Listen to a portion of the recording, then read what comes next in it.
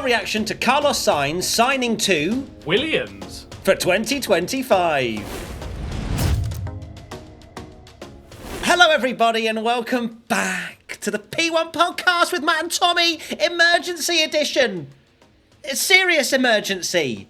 How dare Williams and Carlos Sainz announce now? I was halfway through a gym workout thinking of Tommy. I was like, I just want to be half of Tommy. And then I get the blooming notification. I'm like, oh my God. So I run back. It's a hot day. Tommy, what were you doing when Carlos Sainz signed to Williams?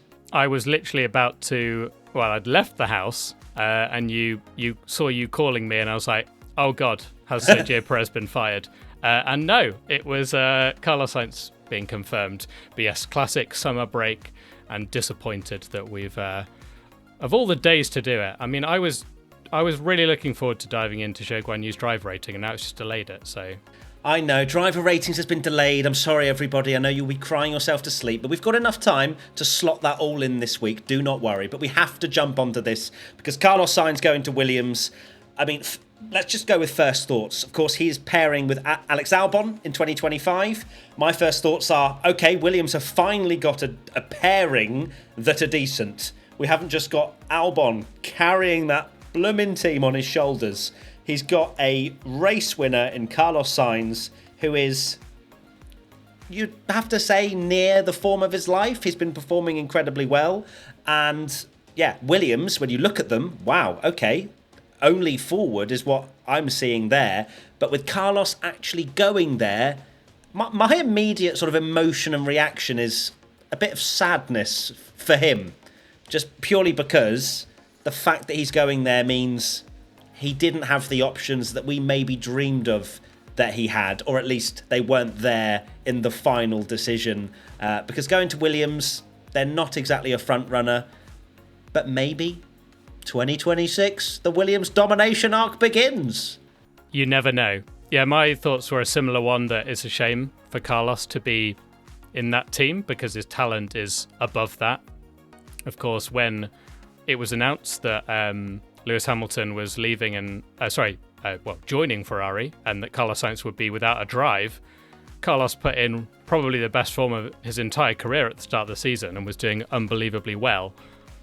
And my reaction was, I guess my first thoughts were, wow, James Vowles, he can convince anyone for anything, because I don't think there's been a better driver lineup for a ninth placed team in the constructors that only have 4 points and one of the worst teams on the grid, because Alex Albon has done a brilliant job. He was one of the drivers of the season last year.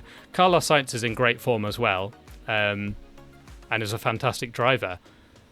I genuinely think this might be one of the biggest kind of separation between a performance of a team and how good their driver lineup is that we maybe have ever seen, because they are on 4 points in the Constructors' Championship in ninth, nowhere near even 7th in the championship. And they have bagged two very competent drivers, one of them in Carlos being a race winner as well. So well done, James Vowles, is all I'd say. He must have talked a good talk. I mean, that guy's got vocabulary for days. He would win every single episode of Countdown, that man. He's got every word in his locker. Now, the thing that I'm really excited to see moving into 2025 and beyond, because it's worth mentioning, this contract, as Formula One contracts go, is for 25, 26 and beyond. So it's, right now, putting the message that Carlos is there for a while. We'll see if that actually happens. But I'm really excited to see how these two stack up. Where is Alex Albon in the grand scheme of this grid? Is he the next Ayrton Senna, and he has been just outperforming a tractor all this time with the likes of Latifi and Sargent and as his teammate? Or has that Williams actually been all right? We will find out with Carlos going alongside him. What a benchmark we're going to see there for Alex, to see, has he clawed back after that such a difficult time at Red Bull? He was highly rated before then, of course, had to then rebuild the confidence. I am so excited to see this driver pairing next year. I think that is another really interesting side to it, not just how Carlos will do at Williams, but like you say, we now finally get to see how good Alex Albon is, because Williams gave him his opportunity and he joined alongside Nicholas Latifi, who was, having a poor run of form and not the greatest driver in the world, despite the GOAT memes.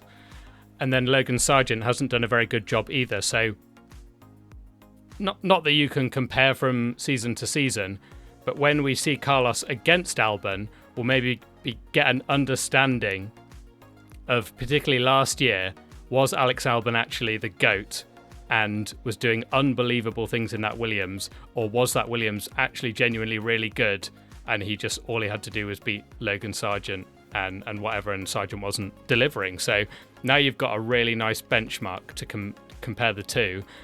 And for Williams, they're should be able to push that team forward, because it's really a really strong line. P1 Patreon member Mark AFCB comes in with, why do you think he took so long? Was he holding out for Merck? I think he was holding out for anything that was potentially a little bit more of a lucrative offer. Literally any other team that might have been further up the grid, because what were his options realistically? Alpine, that appeared to be falling apart at the seams. You've got, of course, where he's going, Williams, and Audi, who are the only team behind Williams in the constructors. Then, of course, you have the Merck, whatever situation's going on there. Then you have Red Bull as well. But it's clear that with this signing, one, he probably wasn't allowed to hold on for too much longer without teams having to start making decisions. But two, that the option probably wasn't there at Red Bull or Mercedes. We think that Kimi Antonelli is still going to go to Merck. And then at Red Bull, there's that whole love story with Daniel Ricciardo that realistically, can Carlos go back into the family that he left and take the Red Bull seat away from Danny Rick, who's already back in the family? Well, clearly not. But it was, in my opinion, him just holding out to see if anything crazy happened and he could take advantage. But sadly, he couldn't. He couldn't. He was always going to wait for as long as possible, because the Red Bull thing didn't seem to be happening, and Sergio Perez, his form has obviously dropped off quite a lot. There's all the rumours now, but it's clear those rumours are going to be Daniel Ricciardo, and then there never was a place for Carlos Sainz. So the interesting thing is that was always about Mercedes and how Antonelli would do, because there was all this talk of he'd just jump straight in, but then he was maybe a bit slower to be as good as people thought. Maybe, and then the narratives kind of came of him having a few crashes and them going, oh, it's too much pressure, it's too early. So then Carlos will go, well, one year at Mercedes, even if I am going to get moved on, is probably a better option than driving the dustbins at the back. But unfortunately, he was left with the dustbins at the back once. And I wonder how much this, not just that narrative, but also Alpine and all their drama, because they had a nice little run of form where they got a bit better. And I thought, actually, maybe Carlos will kind of think about this now. But now there's all talk of, they're maybe going to have a different engine and it's all a bit chaotic again, and they've just got rid of Bruno Faman. So there's that side of it as well, that he probably thought, I trust Williams to be the best option here, which it's such a shame. It's such a shame. And I don't want to slander Williams because they're a very good team, but even James Vowles himself has said that it's going to take a long time for them to be at the front. And Carlos has shown that he can be a front-running driver. So for us to be talking about him driving for Williams, I do think it's not right, really, but that's F1. Yeah, it's no disrespect to Williams. The fact is they are a likeable team. They were a great team. They're not really now, but they're trying to get back, and they're an underdog, and I think everybody loves them for that, and we want to see them back at the front because of their heritage. But yes, it's going to be It's going to be really interesting to see how those two push forward. And there's a question actually from Juan Pablo SF1. Do Williams now have a two? Do Williams have? Okay, great. There's an A in there. Here we go. Oh, I'm sorry for reading out a question, Tommy. God forbid, let me read ahead of the question and then go back. Juan Pablo SF1 comes in with, do Williams now have two great drivers to push the team forward, or do they still need some money to back them up? Well, yes. I don't think money is a problem now for Williams, and it hasn't been for a little while since Doralton, I think that's their name, came in, and they've had an injection of money. So they're not a small-time, oh, please, can I have some pennies kind of team. It's more just they're trying to get the infrastructure sorted. That's why James Vowles has come in. He's basically had to rip the whole thing apart and start again. And he said that this is a 5-year plan, a 10-year plan. Look, James Vowles, whatever he says, he could lead me onto the M25 blindfolded, and I would trust him. I'd be like, James, take me there. The wrong way. Yeah, Wow. happily. I would just walk straight on. If James said it's safe, I'd be like, fine, James, take me there. And that's obviously how he's convinced Carlos, not literally. Yeah, they do have great drivers. They don't need to worry about money as much now like they used to back in the day when you saw that car where they had no sponsors on it. Interesting, we've not mentioned Paul Leguizard yet, who we all knew he was going. But it does just show for Williams that even despite all that, what would have been great publicity to have an American driver when Formula One is booming in America, showed that even with all that and what he bought, it was not worth it, particularly when you can get a Carlos Sainz. And yeah, James Vowles, now I kind of look back and remember it, he was openly flirting with Carlos Sainz and sort of not hiding the fact that they really, really wanted Sainz, even more so than Toto Wolff has been with Max Verstappen, that James Vowles wasn't scared even though he had Logan still driving and there could have been other drivers to go there, maybe Bottas or someone else, that James Vowles was just like, yeah, we want Carlos. And maybe Carlos just wanted a team to actually have a lot of faith in him. So from that side, it's good for him. Yes. Because he needs to stop jumping around, doesn't he? He does need to stop jumping around, but I don't think he's going to stop jumping around. And I think that Williams will be a stopgap for him when he finds, unless Williams have a massive leap forward, I do see this as a bit of a stopgap. But let's see. Next question from Joey Lolo. What do you see as the biggest challenge transitioning from Ferrari to Williams? I don't think it... Well, I mean, if we're talking logistically... Very true, yeah. If we're talking logistically, I think maybe it will be a bit easier with Williams. I think it'll be a bit more chill, a bit more relaxed. I'm sure that Carlos can do whatever he wants at Williams, and they're just happy to have him there. But when you're talking about car, I think it's the expectations. It's mentally just adjusting to what you should be doing in that Williams. And I'm sure Carlos has been in a midfield car before. He knows what it's like to be fighting for points and scraps of points. So I think it's just that. He's got used to Ferrari, he's got used to being at the front, but now he has to take a different role where he needs to try and push a whole team forward. Not that he doesn't try it with Ferrari, but it is a different kettle of fish when you're at Williams, because they are one of the lowest teams, and pushing them to 5th or 6th fastest by helping them develop the car should be seen as an achievement, when maybe it won't when he's got race wins and podiums under his belt now. Yeah, he's got to think about the long game with Williams and how he basically takes them from where they are at the moment. We're saying they're 9th in the Constructors and have very little points, so the expectation will be so low. But to sign him now, and then you have that year where he goes into 2026 with the new regs and they have a good driver lineup. Carlos has been in the sport, despite still being quite young. He's been in the sport for a long time, been with quite a few different teams, so he's got a lot of experience, a lot of knowledge, and that's going to be great for Williams. So yeah, it is just managing that expectation, because 6th or 7th in a Ferrari, we're all saying, oh, that's a bit of a disappointing weekend, but 8th or 9th in a Williams is like a world championship to them. So he's going to have to just get used to the expectation being very different, but it could still be a chance to prove himself, because if he goes into Williams and absolutely smashes Alex Albon, maybe I'd say the other big teams come knocking, but they didn't do that when he was doing really well at Ferrari.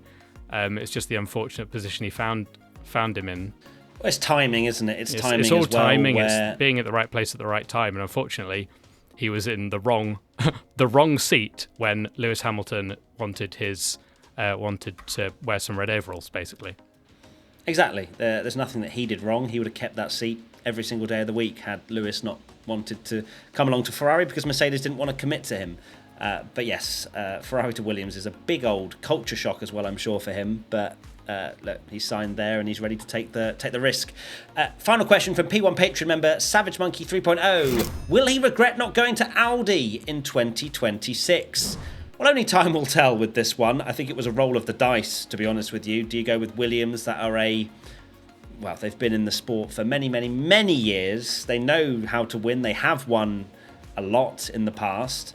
Or do you go with Audi, which we all thought was a potential because of his father's ties with Audi, and it's a big manufacturer as well, Audi coming in. But I think when you look at what Stake currently are, or Sauber, they're in tatters at the moment. And just because Audi are going to be plastering their badge on the team name from 26 does not guarantee by any stretch them being competitive on the grid straight out the blocks. And also, what's he going to do in 2025? Drive around at the back, the car breaking down after 4 laps, or qualifying P18, P19. I think he just went, you know what, Williams I'll have P15 is all right. instead.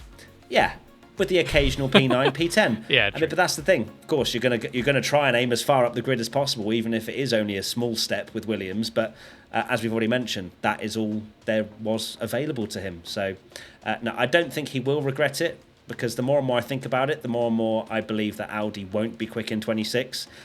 But hey, Carlos has also thought the same way, clearly. Well, I think that is the most interesting thing about this whole story, that if Carlos Sainz is choosing Williams over Audi, what does that say about the Audi project when his dad has so many ties in that team and works closely with them? It makes me wonder just how, not bad, maybe it's not as alarm bells, but clearly it's more than just the fact that the Sauber at the moment is a bit of a dustbin. He's obviously seen something more into 2026. Lewis Hamilton, I know Mercedes was still a pretty good team then before they launched up to be this mighty dominant team. But obviously Hamilton was convinced, because it was the engine regs are coming in, we're building our own engine, it's going to be super. Like, that is not... Clearly Audi have not convinced Carlos Sainz that's going to be the case, and that is a bit of a worry for them, because Audi should have been that team for a driver to take a risk and go there and they can say we're going to be really good in 2026, but no one wants to go there. They've got Hülkenberg, which is a sideways step. I'm less enthused about Hülkenberg maybe getting that podium after all now. I'll say as well that he's going to Audi. It's certainly looking a lot less exciting than it did, based on the fact that they seem to be getting shunned by a lot of things, and there's not really been much talk, and look at how bad Stake are doing at the moment. So, yeah, will he live to regret it? Only time will tell. Exactly. And maybe Carlos has also seen that Hülkenberg's going to Audi and thought, well, he's never going to get a podium, which means the car's probably going to be pretty bad, so therefore I'm not going to go there, because he doesn't want to be dealing with any more curses. So, yeah, interesting stuff. All right, well, that is it. We have reacted to Carlos Sainz going to Williams. Let us know your thoughts, whether that's on social media or in the comments below if you're over on YouTube. Tommy, what are your final thoughts? My final thoughts are that I feel like this could be quite the crazy summer break now Carlos has made his move. I feel like the pieces of the puzzles are now going to start falling into place. So, ooh, so you're telling me there's going to be lots more P1 content over the course of the summer break? So I'm telling you, there will be no summer break. It is all podcast, baby. Okay, I'll just sit here until the next piece of news. Just sit in that chair, and I'll stop recording, and then I'll press record when the next bit of news comes in. Perfect. Thanks, Dad. All right. See you soon, everybody. Lots of love. Bye. Bye.